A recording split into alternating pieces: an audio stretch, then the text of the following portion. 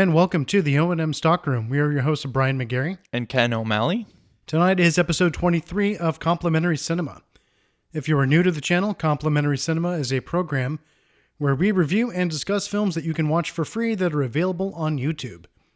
Please be warned that we discuss these films in detail, so consider this a full spoiler alert. We pick these films pretty much randomly, just whatever pops up on the YouTube algorithm.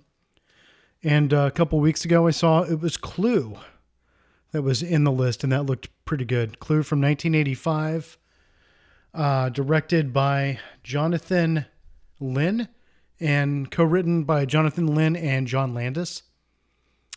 And starring in this film, we have Eileen Brennan as Mrs. Peacock, Tim Curry as Wadsworth, Madeline Kahn as Mrs. White, Christopher Lloyd as Professor Plum, Michael McKean as Mr. Green, Martin Mull as Colonel Mustard, Leslie Ann Warren as Miss Scarlet, Colleen Camp as Yvette, Lee Ving as Mr. Body, Bill Henderson as the cop, Jane Weedlin as the singing telegram girl, and a few other stragglers there.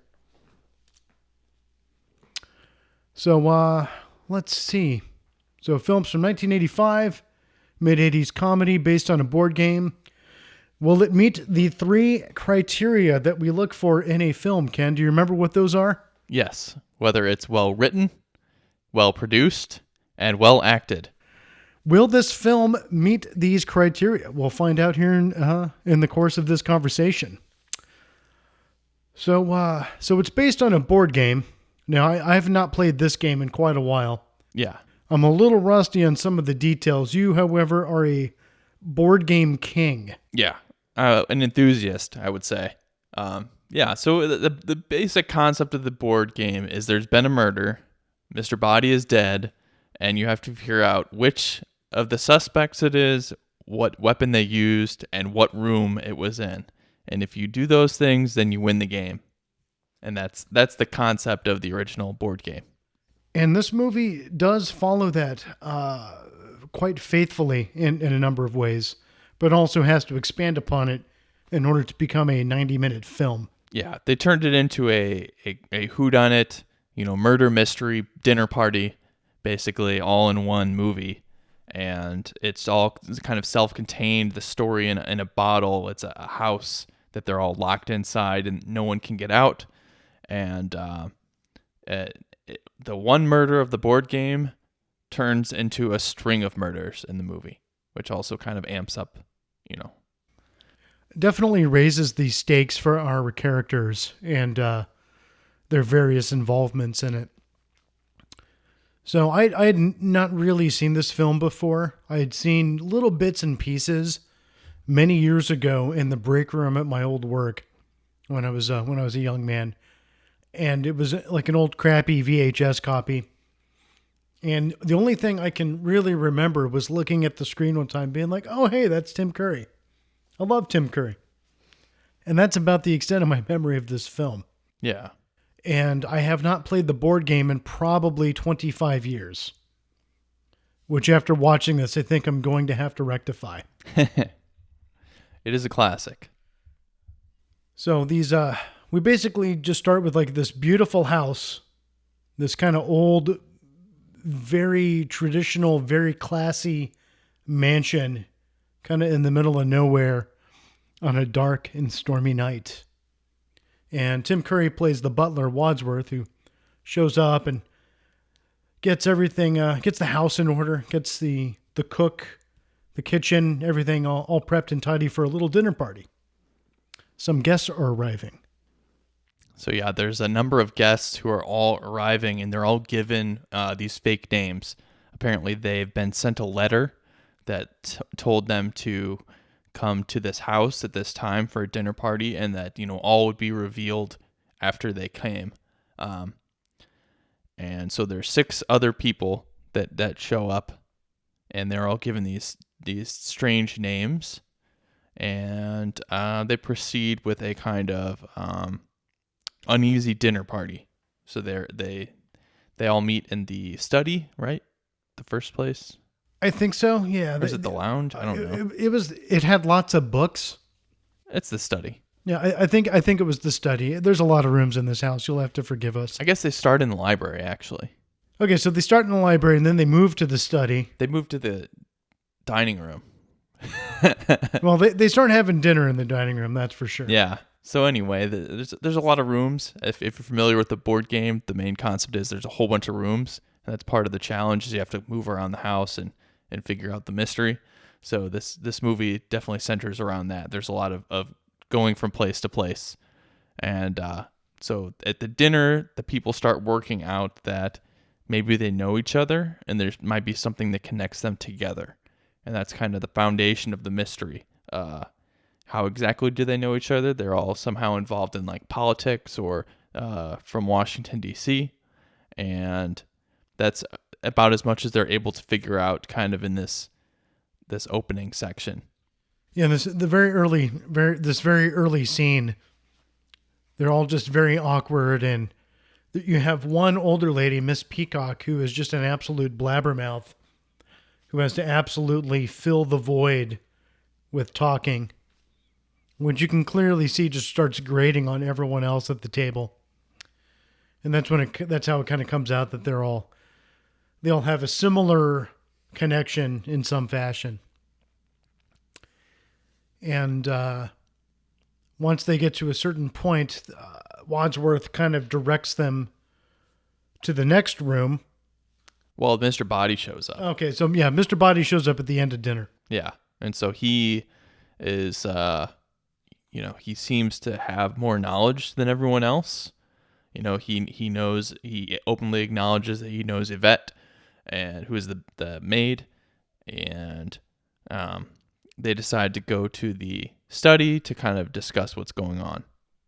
And that's when Wadsworth starts telling them the connection is that they're all being blackmailed, and that is the connection between them all. And they all have various kinds of secrets.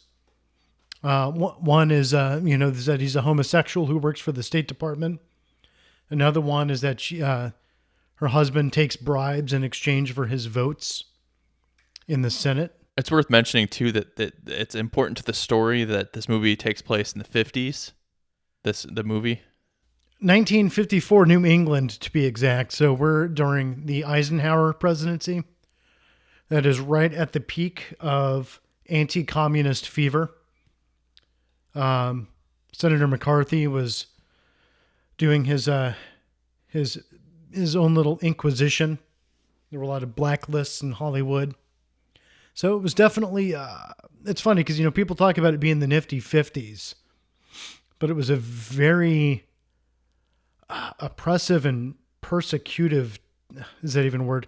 There was a lot of persecution happening in the 50s for a lot of different people. So certainly a difficult time for artistic freedom, I think. And everything was kind of whitewashed and, made to look like, oh, everything's fine. That's kind of the sentiment you get from stuff from the 50s. Certainly to me, absolutely.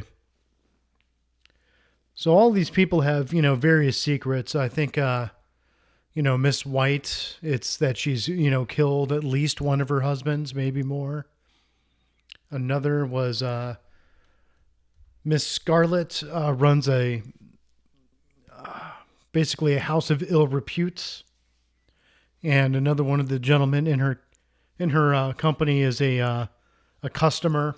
So there's lots of little connections there. And it's funny because instead of really like uniting them all, they still kind of they take more of an adversarial role with each other almost immediately.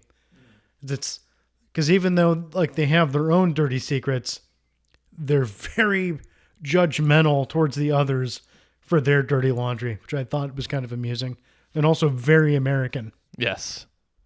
And all of these little like ticks and like things when they're trying to like accuse other people of things and all that stuff. We're getting like a whole bunch of little snippets of information, but it kind of adds to the mystery because we still never get a full picture of what exactly is going on. We have an idea of why they're being blackmailed and maybe how some of them are connected, but it's still not clear anything that's really going on.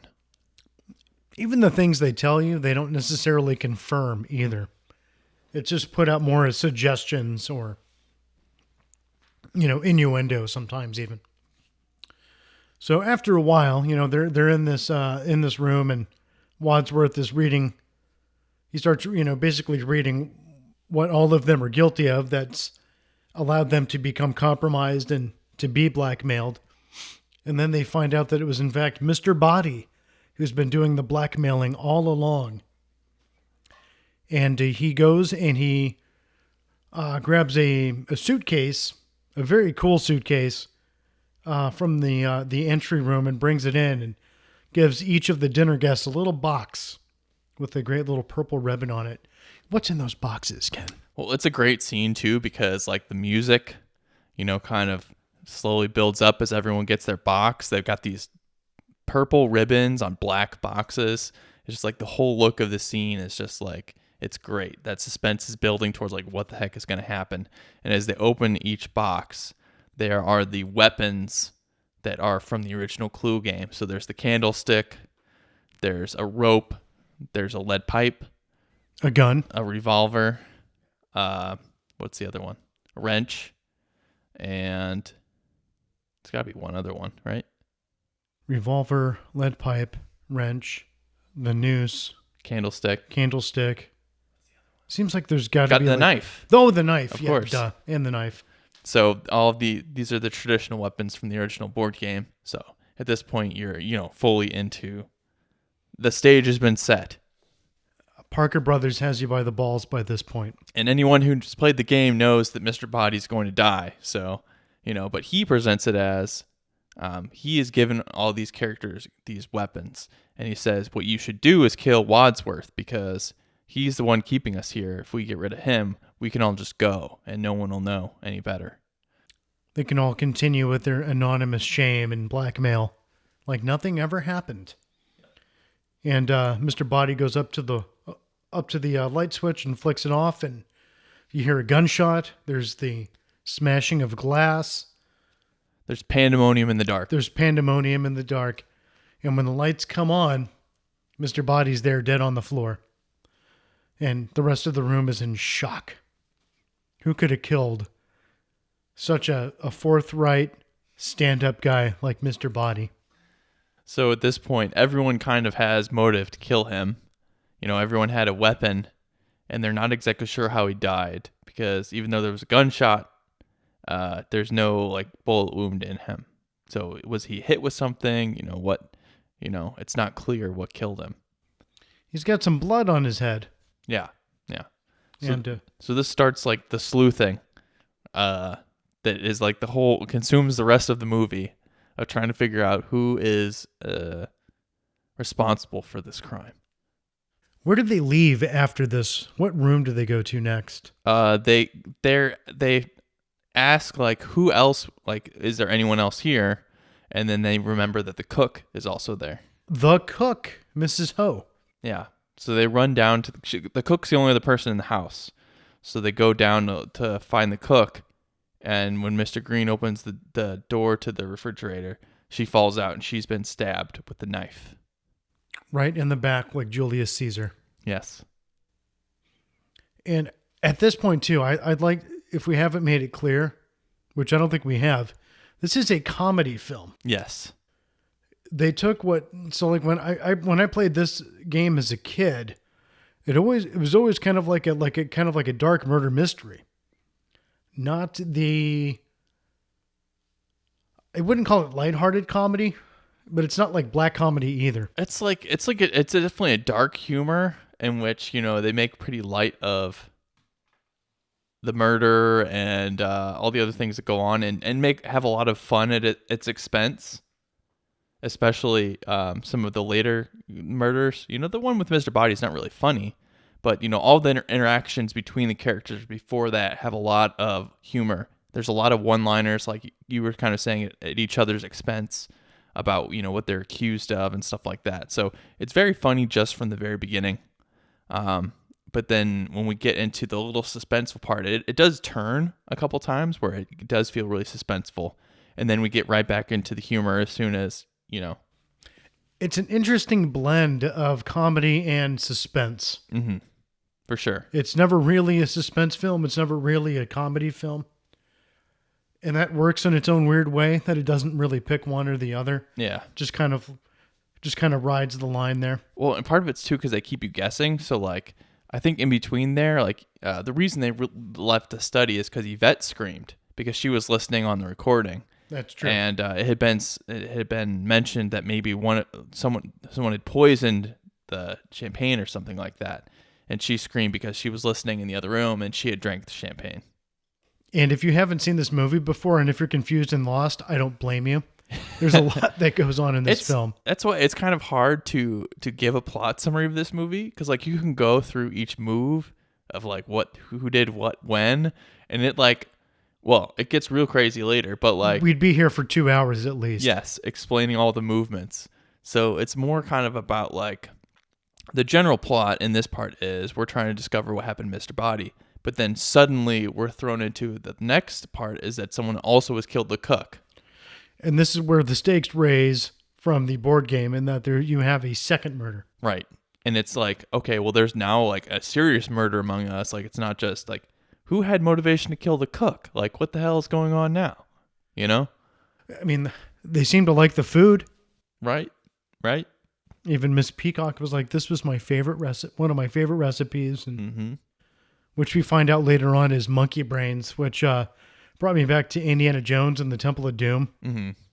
I don't know if you remember that scene where they take off the monkey skulls and they eat what looks like Jello. My sister always got grossed out as a kid by that. And I always used to eat like pudding or Jello and tell her it was monkey brains. She would get angry at me.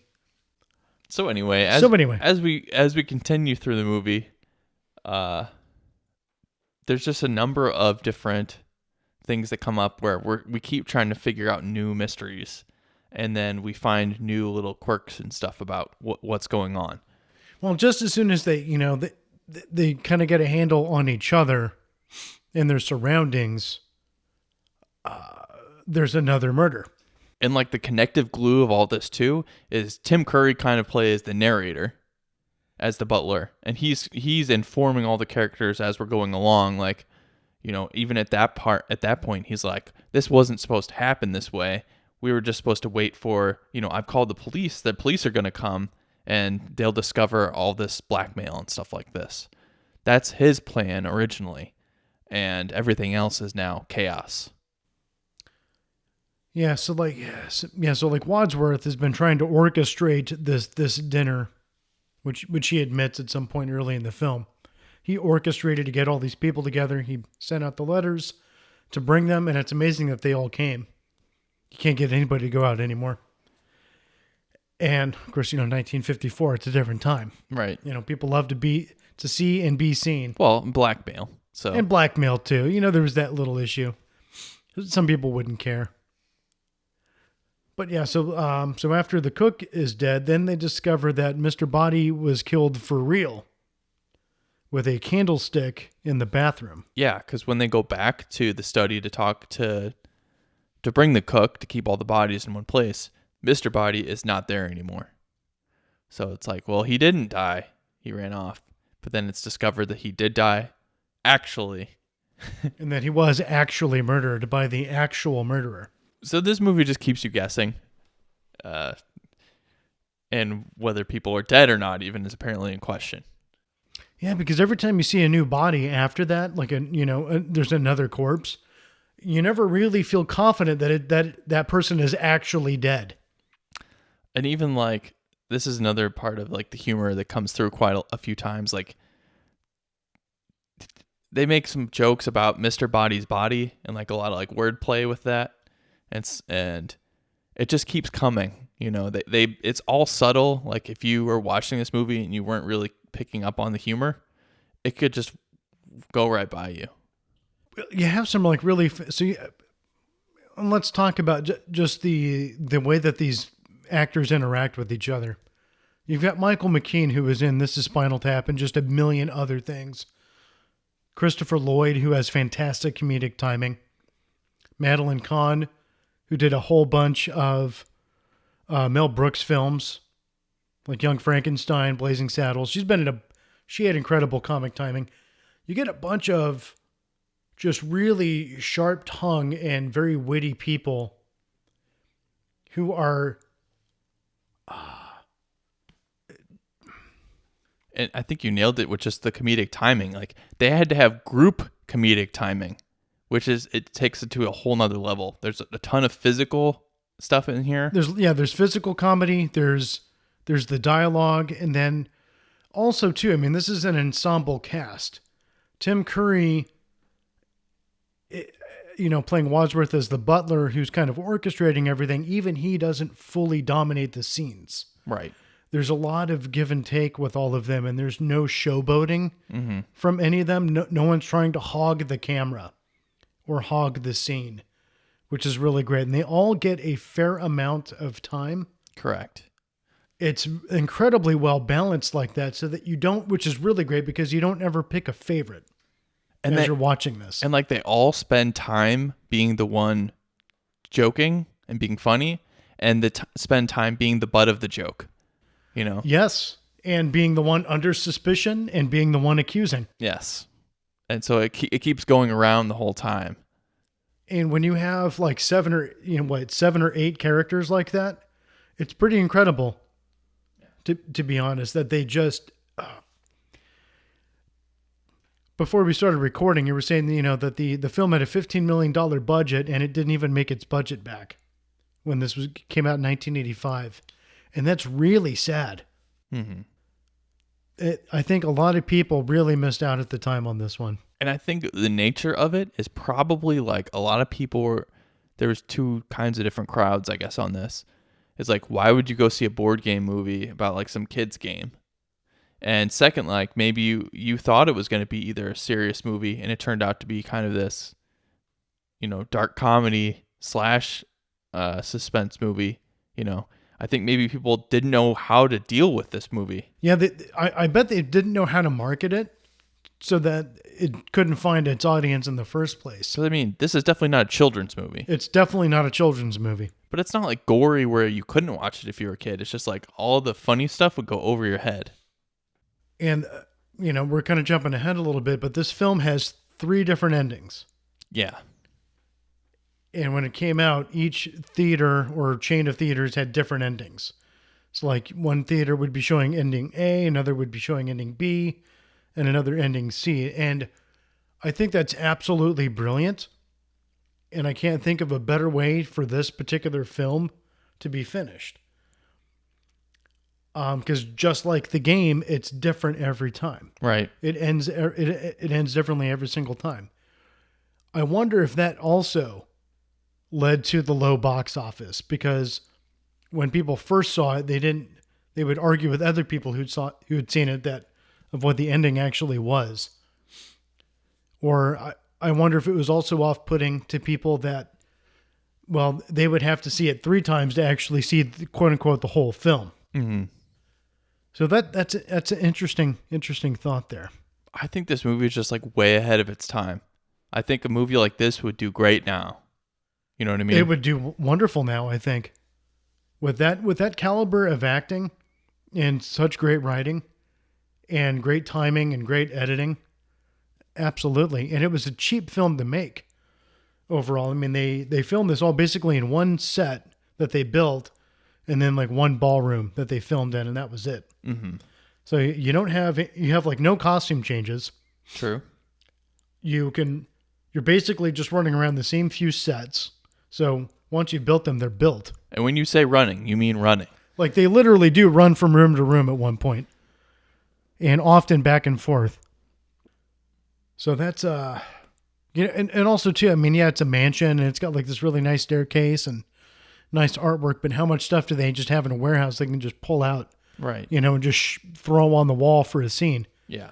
So it's like the production costs of just the material of it is pretty minimal. Yeah. And you could do a great film like this. This is definitely a film that they should consider making a new version of. Yeah. Yeah. Yeah. I mean, it's been like 36 years now since this one came out. See, I feel like I don't know how they would handle like the story, I guess, because you'd have to modernize it. Would you though? Because they didn't modernize it for this. They set it in the 50s. But I think like that's part of its charm. Like, you know what I'm saying? Like, I don't know. Well, set it in the 80s. I guess. I mean, you could play around with when it happened. I mean, obviously, you know, it wouldn't work with the internet. Wouldn't really work with cell phones. It wouldn't work with like state-of-the-art security cameras. Yeah, that's true. You know, as long as it's like pre-1990 or even pre-2000, it could feasibly work. Yeah. I feel like, I guess you could do it, but you would definitely have to not even modernize the time it's in, but there's just a lot of I don't know, like there's definitely, the humor is definitely dated. The style of humor is dated. While I really enjoyed this film and I did laugh at it, I wasn't like ha ha ha laugh. It was just like, you know, sensible chuckle laughing. Yeah. Because it doesn't go far enough in some respects to our modern sensibilities. I think that's what the movie is, you know. Yeah. It's not a comedy where you just laugh out loud. It's a comedy where a bunch of funny things keep happening, just little, they're not real funny, they're little funny. And so it just keeps being a little funny the whole time. Which works if occasionally it's very funny. Yeah. I think that's the part that they missed. They needed to go a little extra a couple times for a little more payoff in that regard. Instead of just like the slow burn, occasionally get that hit.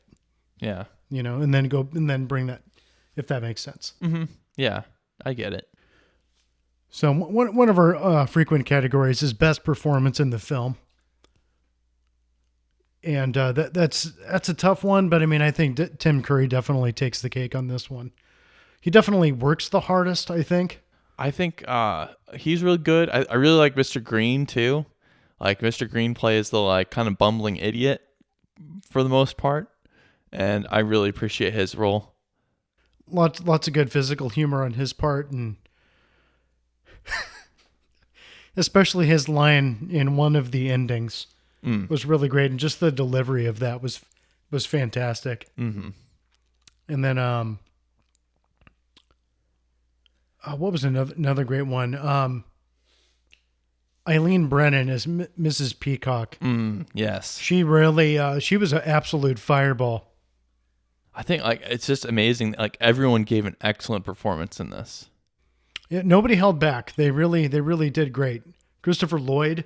Like you said earlier, everyone had a time to shine. Everybody did. They all had a time to shine. And that for me is like, you know, Martin Mull as Colonel Mustard is probably the most, and I say this loosely, he was probably the least interesting of these characters. And even so, still really enjoyed his performance and still enjoyed what he contributed. Yeah, I would agree. He's definitely the most straightforward as far as what his character is. So I think that's probably also part of it. And Colonel Mustard is supposed to be an actual colonel, so that also plays into it well, too. Right. The one straight man of the room, supposedly, who also makes a continual ass of himself pretty much throughout, which is really nice. He's the kind of like always got his foot in his mouth.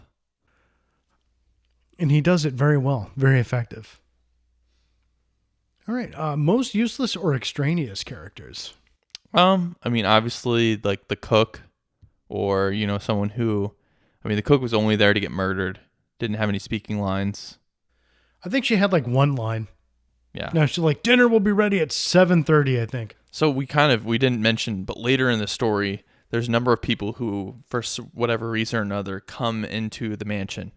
And so we have a string of murders by the end of the movie. 6 people have died. At least 6. So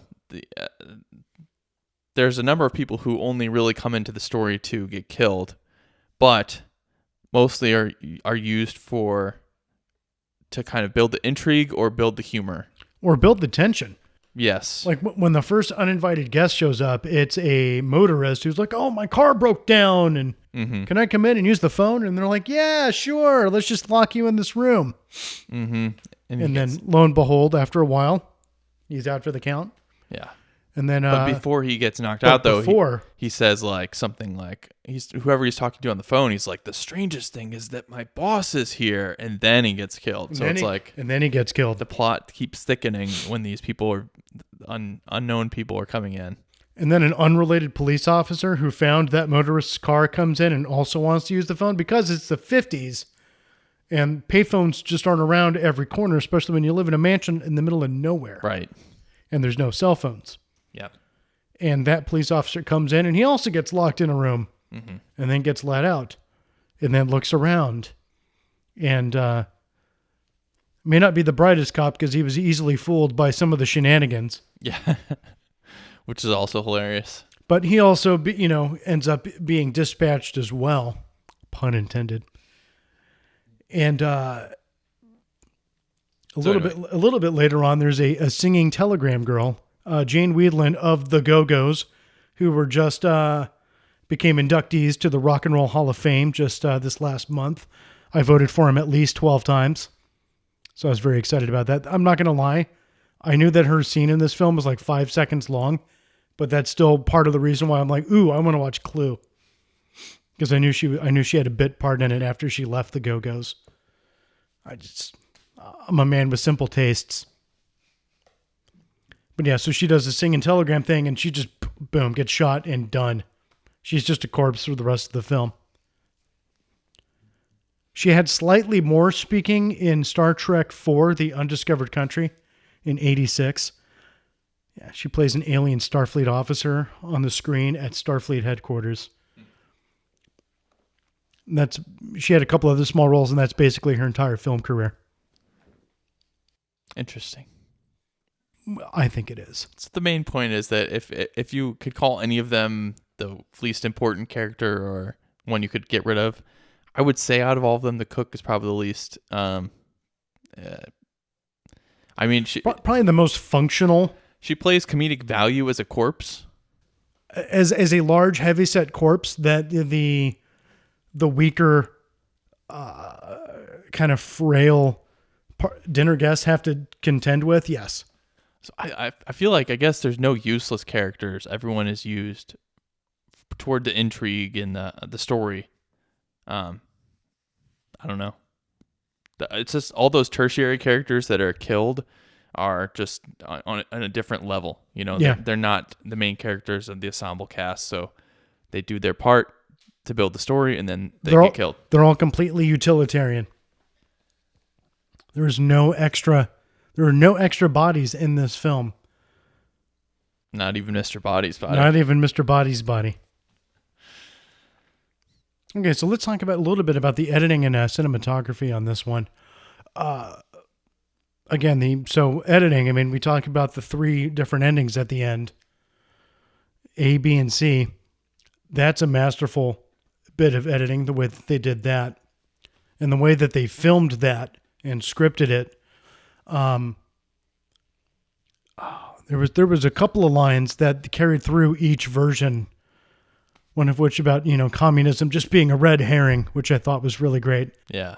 And it was somebody different always delivered it, and they always delivered it a different way. Mm-hmm. I think what's cool, too, is that the way they did it, because another really funny part is that near the end of the film, Wadsworth says, "I've solved the mystery, and to tell you how, I'm going to run you through the whole events of the night." And he literally goes through and recounts the entire rest of the movie in short form. He really does. And it was at that point where I'm just thinking to myself, like, oh shit, how are we supposed to talk about this later? Because who could even do it better than him? Nobody. Absolutely nobody. And then the part where they cut between the 3 different endings is when he demonstrates earlier that the power goes out. And so when he flips it back on is when we're in each ending. That's when the divergence begins. Right. And when that and then after that first ending, I'm like, oh, well, that was a good movie. You looked at me and you're like, did you know? And I'm like, oh, no, I didn't. So that was a very nice, unexpected treat. Yeah. So that was good. So just, good editing. And I loved the way that they framed the shots too was interesting. Mm-hmm. Well, kind of like you mentioned too, like the house is really, like, it's that one set, but it looks nice. It's like, it looks like a mansion. And so they're constantly showing like the view out into the hallway, into rooms. When we get into the parts where it's like a murder's going to happen, we go in real close so we can't see who's doing it. And you see the reaction of the face of the person getting murdered a lot. So it's just like you get that visceral connection when it's the comedy part. It's usually further out, and we're seeing multiple people in the cast. And then when it gets intense, we get in close. Yeah, really moves in, pans out for the comedy, and the lighting too. I liked a lot. They gave you there's a like one scene too, like where they go into a couple of rooms, like one with like there was a piano in there, and just the way that it was lit just felt like it was like an old dusty room that just has been completely neglected and ignored. I know there was one time in particular when the light was really falling on Miss Scarlet, and it really felt like kind of like those old Technicolor movies from like the 50s and 60s.